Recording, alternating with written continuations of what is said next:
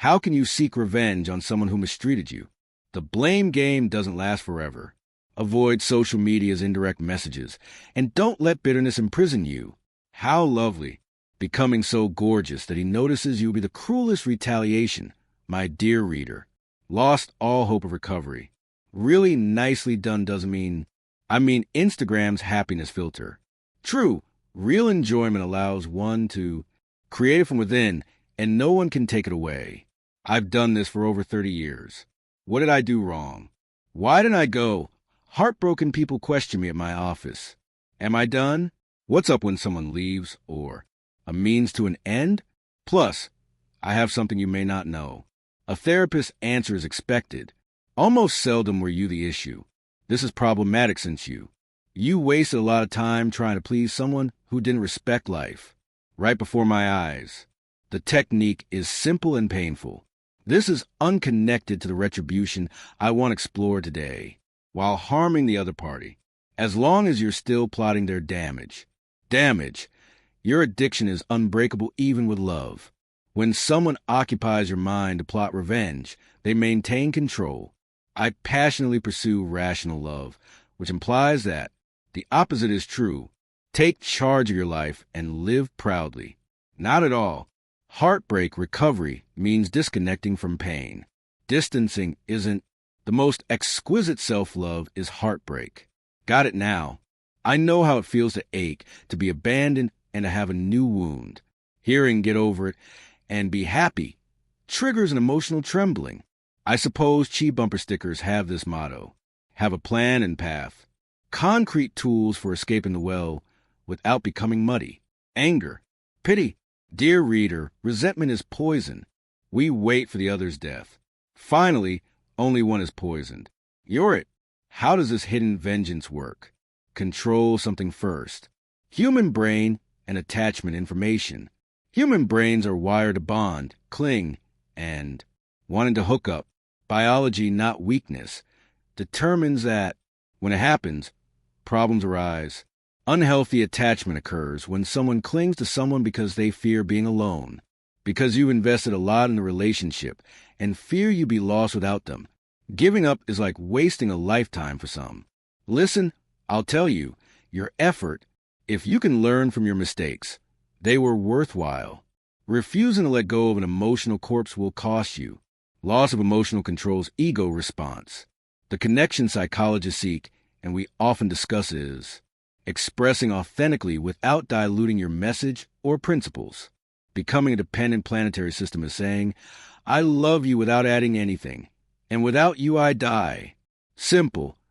Healthy love is reliance disguised as desire. And now it comes. One of those amazing truths. Brain dopamine release during nervous attachment creates a pattern, slot machine randomness. It sometimes works. Additionally, that design. Intermittent dating becomes addictive. Thus, exiting unhealthy partnerships is difficult. Like a roller coaster, uncertainty grips your thoughts. Feelings. Isn't that insightful? Let's resume quiet revenge. I'll tell you the 3 main parts of this retribution, as I don't have time. No side roads, no getting lost. Building a new foundation for. Who am I? That one you saved when you thought being an ideal husband was enough. Essential to self-expression. It's common to feel that way in a long-term relationship. Some overlap and adaptation occur. Adaptability becomes a problem when it destroys. When demands overpower your tastes, beliefs, and aspirations. Avoiding controversy by doing what others want rather than being yourself. This is a simple workout. Please do a mental exercise now. While reading, ask yourself, what am I doing? Before this relationship, what were my hobbies? I softened my thoughts to please him. They were what? For what? Does our existence together make me put my goals on hold? Rest assured, take your time. These questions are unpleasant because they remind you of what you've sacrificed. The answer is no. No, not unselfish sacrifice. I mean those unselfish sacrifices where you kept giving, as the other took the rewards as a divine right. Build new. Restoring your identity requires reassembling lost parts of yourself. Contacting again. You had hobbies, passions, and a life before you became. His lover, wife, and others expect him to change. Please understand, no doubt, partnerships need changes. Naturally, but when the modifications are for you alone, everyone else contracts, expands, and evolves without you. Maintaining a relationship demands emotional flexibility. This follows. This concealed vengeance requires self-confidence rebuilding. And as self-esteem isn't a commodity, we must work hard in this area. Switch daily with modest, intentional choices, your worth, respect, and resolve to accept for less show in your actions. Deeply moved. What hurts self-esteem more in an unhappy relationship? No yelling or insulting is the issue. However, those hurt equally. Ignorance, worthlessness, and apathy harm most. Whether one of you cries while the other watches the game is irrelevant. When your brain starts believing nonsense when you do this. I use rational. You hold illogical views despite their lack of rational support. Considerations like, it would be easier for him to notice me, stop getting furious at me, and eat my food if I were more attractive, calmer, and better at cooking. Getting better is my first priority. Do you see the pattern? As usual, your call. There's always space for improvement and perfection. Meanwhile, he can become king. Delving into postponed regret psychology, unquestioned emotional mediocrity, and self-centeredness. Regaining self-esteem needs identifying those. Cognitive biases, incorrect thinking, can cause self-blame. I also want to stress, cognitive biases are brain predispositions. Rapid processing of information has many merits, but can also lead you astray. Top option among. In toxic partnerships, confirmation bias is common. You want proof that you're inadequate and it's everywhere. You appear to ignore the 1. Focus on your best achievement. Not good, as if your mind were a private, eye seeking your truth. Being self-critical. How to break the trend. Proving using. Fact disproving unreasonable ideas. Also, I have another little activity for you this week. Practice writing 3 things down. I enjoyed those times. Whether you succeeded big or small, your food quality doesn't matter. You force yourself out of bed despite wanting to cry, simply because your brain needs new brain connections from new info. Additionally, my beloved reader, neuroplasticity at work, your brain power. Assess your life, make changes, and unlearn what's holding you back, and find your strengths. The crucial 3rd pillar is ready to. He likes it because it's the most evident and makes him gasp every time he sees you. What happened? Consider this pillar your life's labor. No, not some ambitious project where you must. Riches and environmental protection are not the goals. I mean something fundamental and deeper. Making a fulfilling life, linked or not. Because one of our most typical mistakes, especially when it comes to women your age wait for love, until our love is unshakable. Time passes, chances pass, and in such state, you wait for approval before being happy. One of your life ambitions may be to return. Your dream business may start with what you left in school. It may be your first solo trip overseas, or learning to love being alone without feeling guilty. What's hidden matters, because a life project provides you purpose after death. Loving someone alters your energy. Paraphrase your vibe. Modern youth are distinct, as is evident. People notice, especially, it will catch his eye. But what really grabs my attention is when you reach that point, when you're happy, you won't mind if he comes and goes. He may not realize it. Ironically, quiet retribution is most attractive. Once you stop relying on him to recognize your excellence, it will be obvious. Stop performing the role for him. An audience makes you prioritize your own enjoyment over all others when your joy is no longer being shared. A strategy to restoring it and making it your default, while reflecting on the past and asking what made him so naive to leave you. Everything I'm about to teach you is excellent in theory, but excruciating in practice. Let's get real. Yes, exactly. I'm not a therapist who tells you to deal with pain. Remind me, denial is emotional naivete. Suffering is real and necessary. Relationship breaks, when severe, your brain experiences drug withdrawal-like symptoms. Neuroimaging shows that the brain regions that light up when a relationship ends are the same. If someone is in agony, they act. Thus, if you have chest pain, you'll be honest if you say you can't breathe on days when you can't leave bed. Mental abilities. How to recover calmly. True loss has devastated her. Feel everything. Cry all you want. That's fundamental. Cry if you must. Shout into a pillow or write angry notes to yourself. Deal with the pain at your own pace. Sleeping there is impossible. Living with loss is very different than feeling it. All of it. Grief has stages, even if it's not linear. It's hard to predict when to start progressing. Early doesn't mean. Forgetting means including that experience in your story without letting it define you. Of everything I've done in my work, I see women who have worn their breakup pain like a badge of honor, take advantage of hardship. Just because you're hurting doesn't prove it. They loved each other sincerely and had an unbreakable bond. I'll also tell you something nasty, although pay attention. Dwelling on grief destroys that love by changing it. Beautiful in the monster keeping you back. Your ordeal deserves better. We can discuss this immediately. The want to return is on your mind. That inner voice that whispers, what if I give him another chance? What if I text him? What if I call him?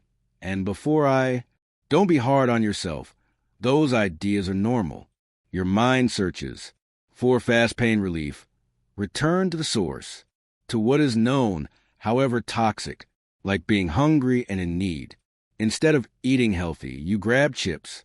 Even while it makes you joyful today, long term, this will affect you long term. How can you resist that urge?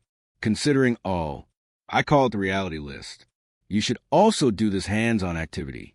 Record all the information on paper. Arguments against that partnership success. Not out of love, commitment fear, or the timing was wrong. In detail, I explain my shortcomings. I respected him for downplaying my feelings because I continually caved in and it was lonely. Partner, next time you wish to return, read that list. Reading it again till your gut agrees with what your intellect understands is to return to. Receding is useless. It relapses. This leads to my next, most crucial point. The hallmark of toxic unions is disastrous relationship cycles.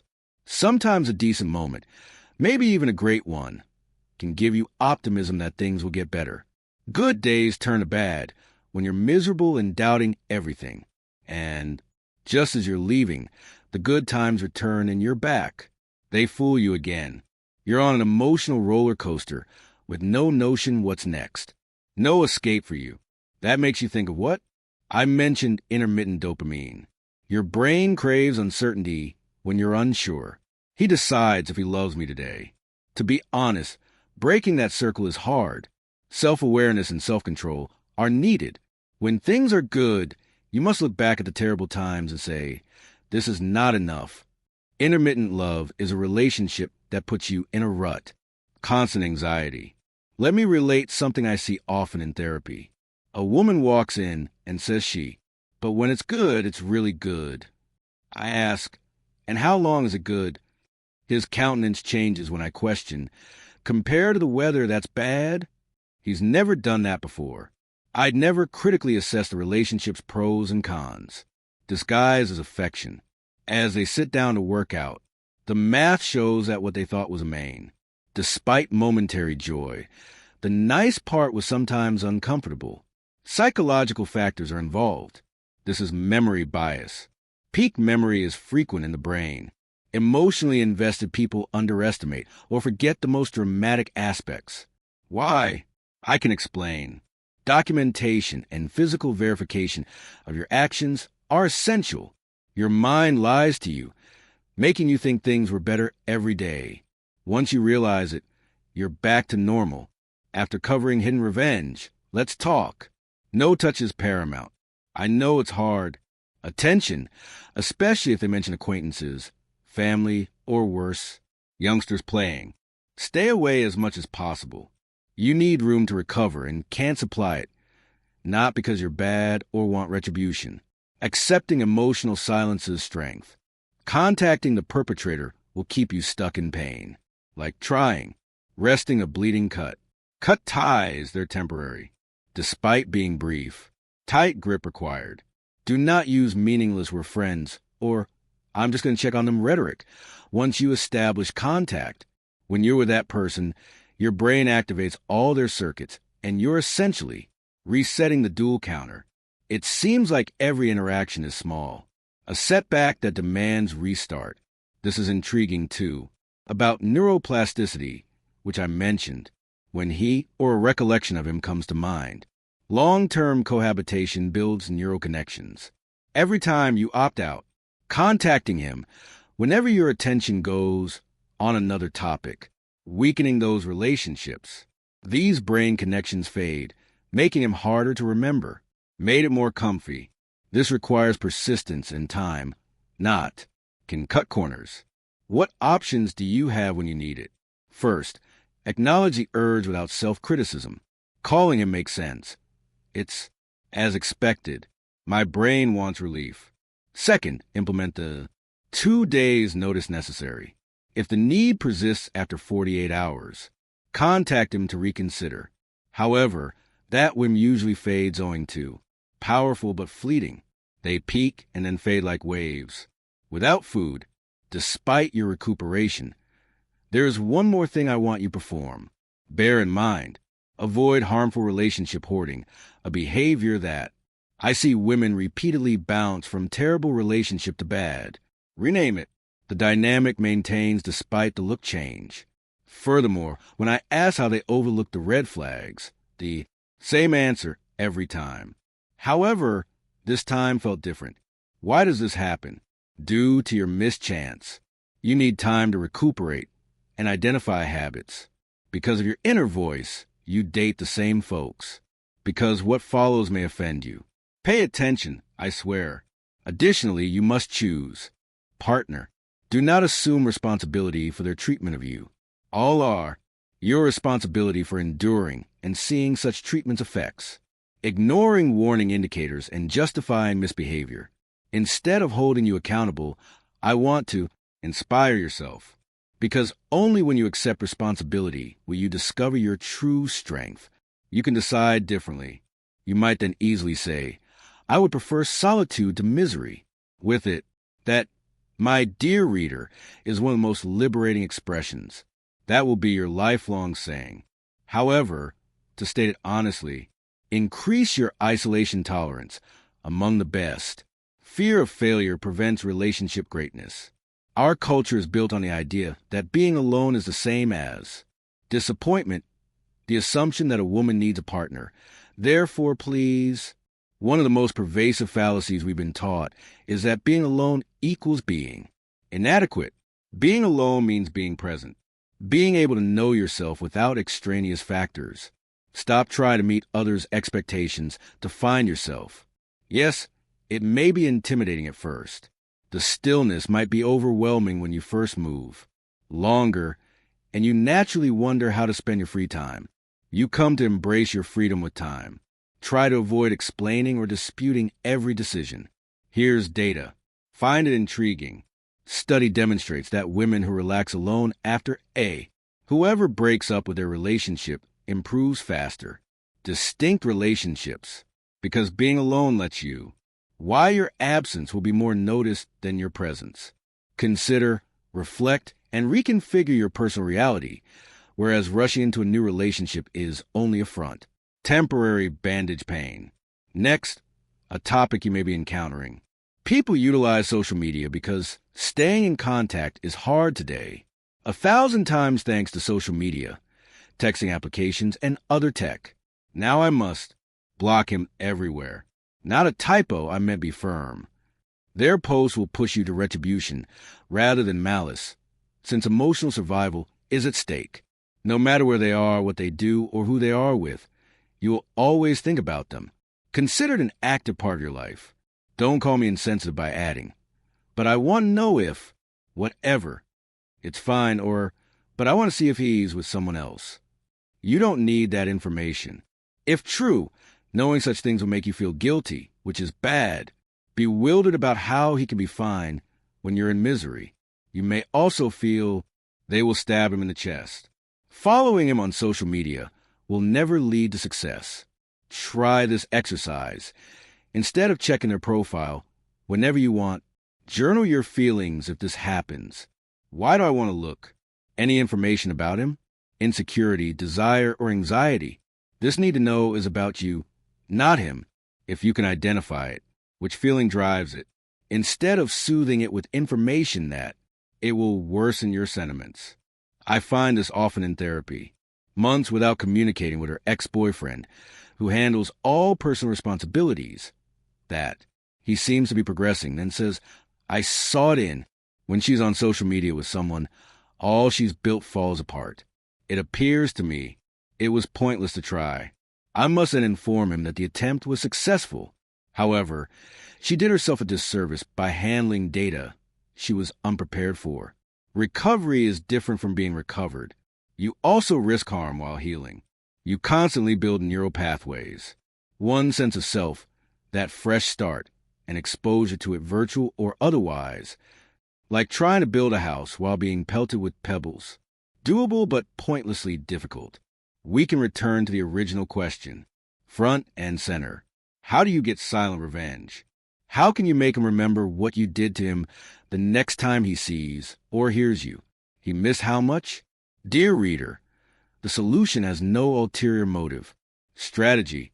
Focus on improving yourself, not pleasing him or demonstrating anything to him. Why? You deserve it of all things. Now for the meat, where wrath ends and progress starts. Revenge keeps you stuck in the past. Individuals, even remotely, you examine their feelings, thoughts, and reactions when acting. It will hit you while you fuel it. When you win, you'll feel free. You prioritize your self-sense. You, uneasy about the other's activities. Finally, when stopping is the finest way to get his attention. Why? The moment when they notice your transformation, not your appearance or demeanor. Subtle change. He sees that you found your way and are at ease. The outside has what the inside lacks. That's powerful. My topic today may seem paradoxical, but it is incredibly true. Chance that when he returns in excellent health. Many women are confused after all their hard work. It's perilous since he'll say he understood after returning. Since he lost, your emotional brain encourages you to believe him that this time will be different. It desires learning to forgive without holding grudges. He realized that they could be happy again, thus all that agony was worth it. This is, I need your focus. Just because he didn't know it till later doesn't mean he's unworthy of another chance. You owe him nothing. Not everyone must forgive. Returning is optional. No, you must now support him to make up for it, to give him another chance. You may be passionate about making a change, have seen results, don't feel sorry for the person, or are you guilty, or do you think you won't find it? No one is better, because you'll find something better. It might be yourself, and developing such a life could be the best thing for you. When a spouse complements your life rather than taking over, it gives great satisfaction. Additionally, when you arrive, the times you experience natural attraction to someone are more crucial than your relationship status. Greater relationships, as you're not always looking, plenty to choose from. I want to mention something significant. Rethink your definition of love. Why?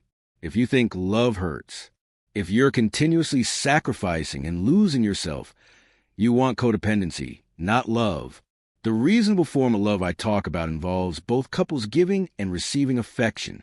When two full people chose to spend their lives together in mutual regard, not using, engage in the act, not reliance, more like meeting and fusion, intentional choice. Release is fundamental to sensible love, not working, because loving without going mad requires knowing when to leave and when to stay. More self-sabotage than self-love. Smartness is letting go, not failing, deeply moved. Simply said, it's accepting that certain relationships won't last. Post-job cycle closure is always a good idea. I have a query. How does single make you feel? It making you anxious? Do you feel unfulfilled? Is it embarrassing? We know the answer if you replied yes to either question. Who can handle? Because being single means being less while it lasts. Your tolerance for unfulfilling partnerships will remain high as long as you need others' approval to feel entire. Expect more. Because you hate being alone, you'll cling to unappreciated people. And I think enjoying one's own company is novel, though obvious. Many people feel a chill when alone with their thoughts. Existential vacuum. We cannot survive without constant stimulation.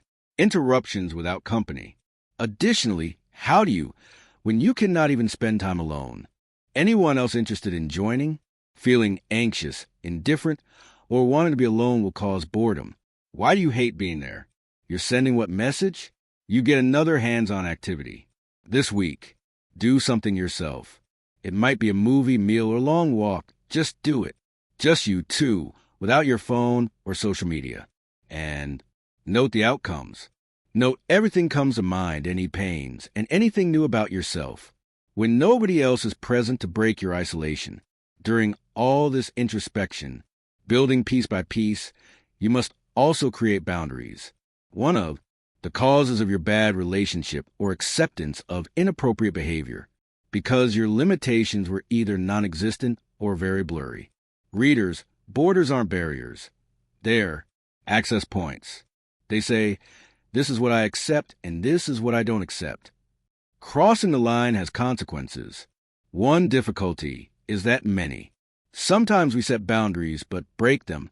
We warn, if you do it again, we stay still despite his persistent attempts. Failure to set limits leads to persuade the other person that your words don't matter and that their actions won't accomplish anything. And additionally, you are convincing yourself that you may sacrifice your well-being for comfort. Setting and maintaining limits takes practice. It takes time, especially if you've struggled for a while. Compromising, pleasing others, and putting others first is essential. Maintaining excellent connections requires setting limits. Without them, it can wreak havoc on your life like a windmill. This is intriguing too. When you set limitations, some individuals may accuse you of becoming someone else or violent. Your differences make it challenging. I agree that you've changed. You now express your demands and intolerances more forcefully due to enhanced self-awareness. Additionally, your critics usually profit from your flaws. So when Walter Riso's final thoughts, if someone gets unhappy because you're less emotionally susceptible, you're doing well. You are acting right because true friends would respect your bounds. Ask questions. They'll say, I'm glad you're prioritizing yourself, rather than, but you weren't like this before. Remember that. Let's analyze something vital as we explore quiet revenge. A new path. Not only must you return to your pre-relationship self, but you must also transform an improved version of themselves who has learned from life. I suppose that's it. He will realize his losses the hard way. Innovation is multifaceted. First, appearance. Let me clarify so you don't misinterpret. No, being confident is more essential than looking good for him. Normal feelings during a breakup. Take care of yourself first. You disregard your health by not exercising, eating poorly, and sleeping poorly. Along with your appearance, that affects your vigor, demeanor, and mental wellness. Taking care of your body is part of this reinvention, not because looks dictate value, but because you deserve a well-kept home and body. Get moving. Stop thinking about gym membership. Quite refined. Even 30 minutes of daily walking can help. Choose healthier foods. Not at all. Followed faithfully. What's important is eating real food. Get enough rest since. Needed for emotional regulation. I love the scientific fact. Exercise increases endorphins in the brain. Effortless and satisfying. It also boosts neuroplasticity, raising mood and forming new brain connections. Therefore, when physical activity is supported by research, not just rhetoric. Pure. The second aspect is intellectual creativity. Increase your knowledge. Get back into your hobby. You lost. Enroll in a class you've always wanted. Read relevant literature. Encourage you to think, explore, and push yourself. Simply said, when intellectual advancement reduces past-focused thinking, not overcoming what if. Finally, the third possible factor. Social is very important. Contact your friends, the ones who maybe he was so demanding of your time and resources that you neglected yourself when you were together. Make friends, have fun, and go out. Novel. Not to find a romantic partner, but to broaden your horizons and remind you that life is more than you think. Because of a serious mistake outside of committed alliances, we make our partners our universe, which is problematic. In addition, after your partner leaves, you may feel disoriented. That said, close relationships, independent pursuits, many hobbies, no schedule. Romance won't break you. My body hurts. It hurts but doesn't kill. Now let me clarify things. I often see individuals romanticizing the past. Amazing. Memory can turn a romance into an epic. Our minds forget disputes, the roughness, uncomfortable silences, and now only those few. You internalize the happy times as the relationship's essence.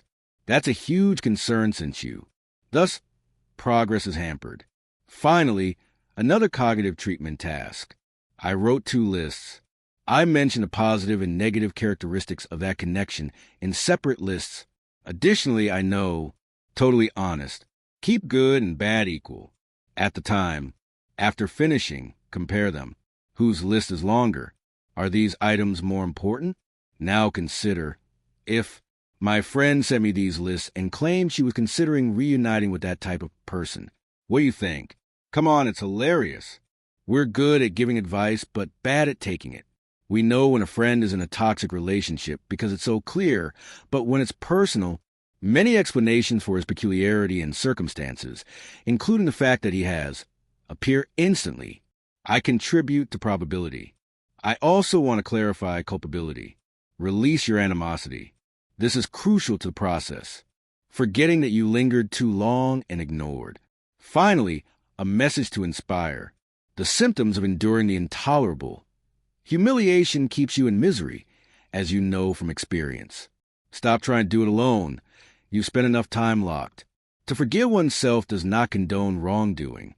Anything doesn't even pretend to have happened, let alone be acceptable. It means you gave your all. Made do with what you had then, realizing you knew nothing about. Now that you know, you must vow to prevent repeating mistakes and never again will you put someone else's love above your own or ignore your instincts. Right now, this healing process relies on gratitude, which I wish to discuss. Fact that it may seem contradictory. How can you be glad for a broken relationship? However, gratitude goes beyond the relationship taught you a lot and made you better. Because of that hardship, you can always be the victim, poor me, and bitter. It's cozy, I promise. It gives purpose, identity, and ability. Pain absolves you but confines you. You are defined by your prior mistreatment. You can also choose be the hero in your life. Just mention this happened. It hurt like, darn, I decided to leave. This was my fuel choice to aid my transformation. Your purposeful choice to be hero rather than victim returns. Influence. My dear reader, influence is strong when a woman has self-determination and knows her importance to society. Its gait and its need for outside confirmation show this. He won't recognize you next time because of his voice and life outlook. Your vitality has changed, not your appearance. Alternative. I have another question. How's your spiritual health? I mean the things that bring you face to face with your higher self, not religion or spirituality. A higher power that guides and feeds the spirit. It may be art, nature, helping others, music, or anything else that ignites you. Yes, since unhealthy relationships cause identity loss. Trust your instincts.